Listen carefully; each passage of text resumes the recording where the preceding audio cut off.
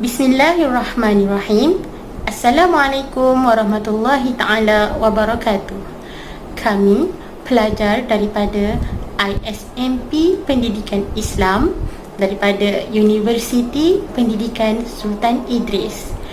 Video ini bertujuan untuk memenuhi subjek Sejarah Pendidikan Islam HIP 3013 di bawah seliaan Dr. Wahibah binti Tahir alias Haji Tahir. Video ini bertajuk Perkembangan Ilmu Sains Tabi'i Daulah Utsmaniyah. Semoga video ini dapat memberi manfaat kepada semua pendengar dan selamat menonton. Sebelum kita pergi dengan lebih jauh lagi mengenai perkembangan ilmu sains tabi'i Daulah Utsmaniyah ini, eloklah jika kita mengetahui dengan lebih dalam lagi mengenai latar belakang Daulah Utsmaniyah ini. Baiklah, Kerajaan Islam Utsmaniyah dikenali juga sebagai Khilafah Utsmaniyah. Gelaran Khilafah memberi petunjuk bahawa sistem pemerintahan dilakukan oleh kerajaan ini berteraskan kepada sistem khilafah, iaitu yang diwarisi semenjak zaman awal Islam. Kerajaan Utsmaniyah mula terkenal dan bertambah kukuh apabila kota Konstantinopel telah ditakluk oleh seorang pemuda yang mempunyai kepimpinan dan wawasan yang jelas, iaitu Sultan Muhammad Al-Fatih pada tahun 1432 hingga 1481. Baiklah, di bawah pemerintahan Islam, kota ini diberi nama Islambul yang bermaksud keseluruhan kota itu adalah Islam. Dan pada ketika itu ia dijadikan pusat pemerintahan kerajaan Islam. Baiklah, di bawah kerajaan ini saya boleh bahagikan pemerintahan kerajaan Utsmaniyah ini kepada 3 fatrah, iaitu yang pertama zaman penubuhan kerajaan Utsmaniyah, yang kedua zaman kegemilangannya, dan yang ketiga zaman kejatuhan ataupun zaman kegelapan. Baiklah, pada penubuhan awal kerajaan Islam Utsmaniyah ini diasaskan oleh Osman I ataupun lebih dikenali sebagai Osman Ghazi pada tahun 1258 hingga 1324. Beliau merupakan pengasas kepada kerajaan Utsmaniyah dan mengasaskan empayar pemerintahan tersebut. Pada awalnya, beliau telah memimpin pasukan tenteranya untuk membebaskan diri daripada kerajaan Seljuk pada tahun 1299. Bermula daripada situlah, beliau telah membentuk satu sistem pemerintahan yang tersendiri yang menjadi pewaris kepada kekhalifahan yang memerintah Turki. Selepas daripada kematian Osman Ghazi ini, kerajaan Turki Utsmaniyah semakin berkembang sehinggalah pada tahun 1432 seorang pemuda yang berwawasan iaitu Sultan Muhammad Al-Fatih telah pun menakluk kota Konstantinopel, dan di sini bermulalah zaman kegemilangan Islam Turki Utsmaniyah. Dan pada ketika ini jugalah tersebarnya banyak ilmu, dan Islam juga hampir menguasai dunia pada ketika itu.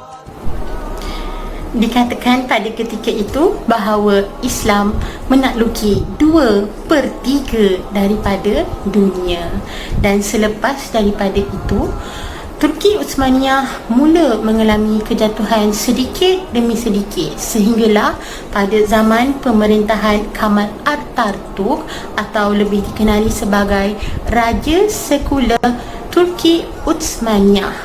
Pada ketika itulah Turki Utsmaniyah mula mengalami zaman kejatuhan ataupun zaman kegelapan di mana sebarang penyebaran ilmu adalah dilarang dan ilmu sekular mula merebak ke seluruh Turki. Jadi, bilakah perkembangan sains tabi'i Daulah Utsmaniyah ini? Dikatakan bahawa perkembangan ini berlaku pada zaman kegemilangan ataupun pertengahan Turki Utsmaniyah ini sendiri, iaitu pada abad hujung ke-16 dan awal 17 Masihi. Dan di situlah ilmu sains tabi'i mula berkembang di Turki Utsmaniyah. Seterusnya, kita pergi kepada sejarah perkembangan sains tabi'i. Pada awalnya, perkembangan sains tabi'i telah berlaku sejak zaman sebelum Masihi lagi. Namun, kemuncak kegemilangannya adalah semasa zaman pertengahan, iaitu antara abad ke-8 Masihi hinggalah ke abad 13 Masihi. Perkembangan sains tabi'i era Uthmaniyah ini juga boleh dibahagikan kepada dua fasa. Fasa yang pertama ialah perkembangan sains tabi'i Islam zaman klasik dan fasa yang kedua ialah perkembangan sains tabi'i moden yang mana dipengaruhi oleh perkembangan sains tabi'i barat. Pada awal abad ke-14 Masihi sehingga ke penghujung abad ke-16 Masihi, zaman kegemilangan dan kekuasaan kerajaan Uthmaniyah dikenali sebagai zaman klasik kerana bidang sains tabi'i Islam dan kebudayaan Uthmaniyah berkembang dengan pesat seiring dengan kestabilan dan kemantapan kuasa, ekonomi, sosial dan juga kebudayaannya. Semasa pemerintahan Sultan Orhan pertama, beliau telah menubuhkan sebuah madrasah di Izmir dan kemudian diikuti dengan penubuhan beberapa buah madrasah sehingga bilangannya mencapai ratusan buah pada akhir abad ke-16 Masihi. Dan mata pelajaran di setiap madrasah ini meliputi setiap ilmu-ilmu Islam termasuk kaligrafi, bahasa Arab, balaghah dan syair, mantik, falsafah, usul fiqh dan hadis. Pada awal abad ke-16 Masihi, lebih banyak mata pelajaran yang diperkenalkan seperti sains perubatan, matematik dan sains fizik, terutamanya di madrasah baru yang dibangunkan oleh Sultan Sulaiman pertama. Dan dunia barat juga telah memperkenalkan sains moden yang membawa perubahan kepada bidang sains dari segi penyelidikan, ramalan dan penguasaan ke atas dunia. Antara faktor-faktor perkembangan sains tabi'i Daulah Uthmaniyah ialah yang pertama, adaptasi sistem pendidikan dan penyerapan intelektual kerajaan sebelumnya. Hal ini dapat dilihat apabila sarjana-sarjana Uthmaniyah membawa masuk ilmu-ilmu sains daripada kerajaan sebelumnya dalam mengembangkan bidang sains tabi'i. Sebagai contohnya, Taqi ad-Din telah mencadangkan kepada Sultan Murad III untuk membina sebuah observatory bagi mengkaji kembali jadual astronomi Ulugh-Bez. Faktor yang kedua ialah galakan daripada pemerintah. Selepas Sultan Muhammad II berjaya menguasai Istanbul, beliau telah menjadikan Istanbul sebagai pusat pentadbiran kerajaan Uthmaniyah. Beliau juga telah menjemput para sarjana dari seluruh empayar Islam dan Barat seperti Bizantin, Itali untuk mengadakan aktiviti keilmuan di Istanbul. Dan selain itu, dalam bidang pendidikan pula, beliau telah meletakkan syarat kelayakan kepada tenaga pengajar di madrasah itu dalam bidang agama dan sains rasional seperti ilmu logik, falsafah dan juga matematik.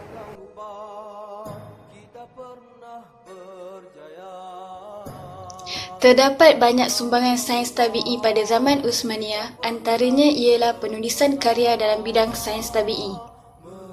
Karya-karya asli dan terjemahan berkaitan ilmu agama, matematik, astronomi dan perubatan dilakukan pada era ini dan kemudian ia disusun oleh para sarjana untuk dijadikan buku teks bagi pelajar-pelajar. Karya-karya asli ini ditulis dalam bahasa Arab, Turki dan juga Parsi. Oleh kerana karya-karya asli tersebut ditulis dalam bahasa Arab dan Parsi, maka aktiviti penterjemahan giat dilakukan. Antara karya yang telah diterjemahkan adalah berkaitan dengan perubatan dan ubat-ubatan, geografi, astronomi, tafsir mimpi, muzik dan himpunan kamus-kamus. Kesan daripada penterjemahan karya-karya yang terdahulu, maka lahirlah tokoh sarjana yang membuat komentar terhadap karya sains tabi'i Islam tersebut. Antaranya ialah Bursali Kadizadei Rumi, atau nama sebenar beliau ialah Salah ad-Din Musa ibnu Muhammad ibnu Mahmud Ar-Rumi. Beliau merupakan seorang sarjana Uthmaniyah yang pertama yang menonjolkan diri dan memberi sumbangan yang penting dalam pembangunan penulisan bidang sains tabi'i pada era Uthmaniyah.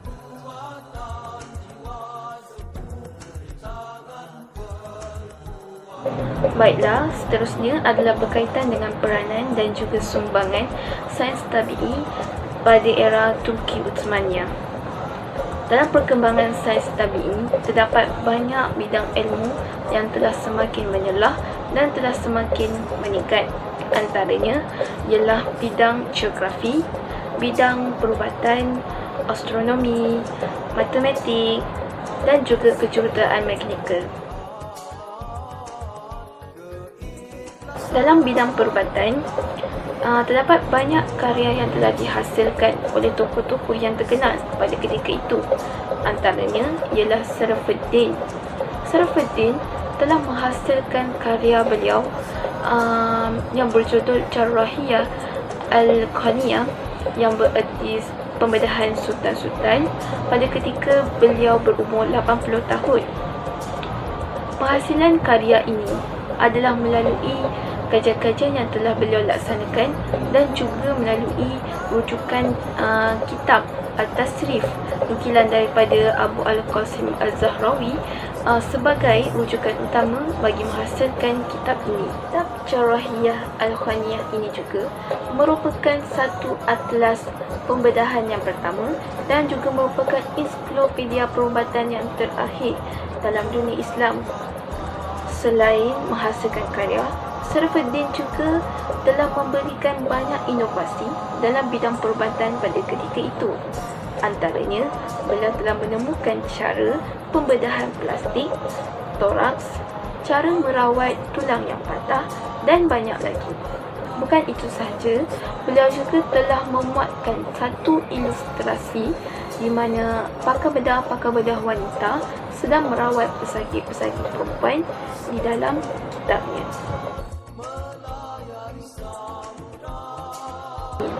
Bidang geografi adalah merupakan bidang yang penting pada ketika itu kerana ianya membantu masyarakat untuk mengenali dunia luar serta membantu banyak pelayaran. Antara tokoh geografi yang terkenal pada ketika itu adalah Haji Muhyiddin Piri Ibnu Haji Mehmed, ataupun juga dikenali sebagai Piri Riz. Beliau adalah seorang kapten kapal dan mempunyai banyak pengalaman dalam pelayaran. Antara sumbangan beliau dalam bidang geografi ialah beliau telah melakarkan sebuah peta berdasarkan kepada pengalaman beliau sebagai seorang pelayar. Selain daripada itu, beliau juga telah menghasilkan sebuah karya yang berjudul Al-Bahriyah, di mana di dalam kitab tersebut beliau menyatakan dengan lebih lanjut berkaitan dengan ilmu-ilmu pelayaran, ilmu astronomi nautika iaitu berkaitan dengan longitude dan latitude dalam pelayaran dan banyak lagi. Bukan itu sahaja, beliau juga telah menghasilkan carta yang tepat berkaitan dengan kedudukan pelabuhan-pelabuhan dan juga bandar-bandar yang terdapat di lautan Mediterranean. Terakhir, beliau juga telah diiktiraf sebagai tokoh kartografi oleh sarjana moden apabila sebahagian kecil daripada peta dunia lakaran beliau yang dibuat pada tahun 1513 Masihi ditemui pada tahun 1929 Masihi di Istana Topkapi. Seterusnya, peranan sains tabi'i dalam bidang astronomi. Pada era Uthmaniyah klasik, bidang astronomi telah berkembang dengan pesat kerana kebanyakan sarjananya pernah terlibat dan mendapat pendidikan dalam bidang astronomi hasil daripada peninggalan kerajaan-kerajaan sebelumnya seperti di Madrasah Kerajaan Seljuk dan Timur Lain.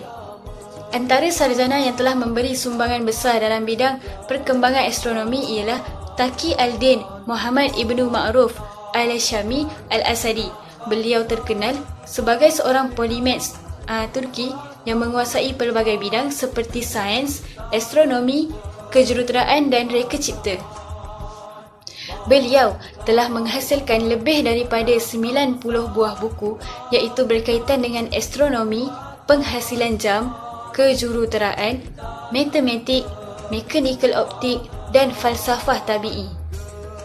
Selain menghasilkan karya-karya penulisan, Taqi ad-Din juga menghasilkan jam astronomi pertama yang menggunakan kuasa spring dan juga menghasilkan sebuah alat yang dianggap teleskop terawal pada tahun 1574 Masihi. Peranan sains tabi'i yang terakhir ialah dalam bidang kejuruteraan mekanikal. Terdapat 2 orang sarjana Islam yang sangat terkenal dengan hasil ciptaan mereka sehingga ia dijadikan asas kepada penciptaan yang selepasnya, iaitu Al-Jazari dan Taqi ad-Din. Selain menyumbangkan perkembangan dalam bidang astronomi, Taqi ad-Din juga turut terlibat dalam penciptaan alat-alat mekanikal, iaitu penghasilan jam yang lebih tepat termasuk jam penggera mekanikal pertama dan jam pertama yang mengukur masa dalam minit dan saat antara tahun 1550 Masihi sehingga 1580 Masihi.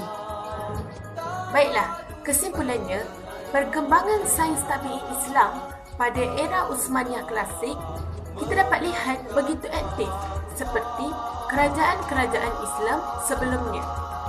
Selain itu, kita juga dapat lihat terdapat banyak penemuan-penemuan baru, juga penghasilan reka cipta baru oleh tokoh-tokoh pada era ini sebelum kemasukan pengaruh sains moden dari barat seperti penemuan baru dan penghasilan reka cipta baru dalam bidang perubatan, astronomi dan juga geografi. Sumbangan daripada tokoh-tokoh ini secara tidak langsung telah membawa sains tabi'i Islam sampai ke tahap kegemilangan. Oleh itu, tidak dinafikan lagi bahawa perkembangan ilmu sains masih diteruskan pada era Uthmaniyah ini, walaupun zaman kegemilangan sains tabi'i Islam telah lama berlalu. Dari perkongsian ini, terdapat beberapa pengajaran yang dapat kita kongsikan.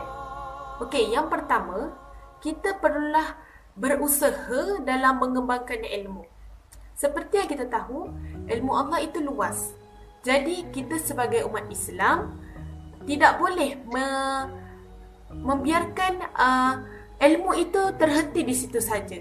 Akan tetapi, kita sebagai umat Islam, sebagai golongan muda, khususnya mahasiswa, perlu bertindak untuk menyampaikan segala ilmu ini kepada orang ramai, supaya orang ramai lebih tahu. Terusnya, kita perlulah bersifat cekal dan tabah. Kita dapat lihat melalui kecekalan yang ditunjukkan oleh tokoh-tokoh ulama dalam menuntut ilmu.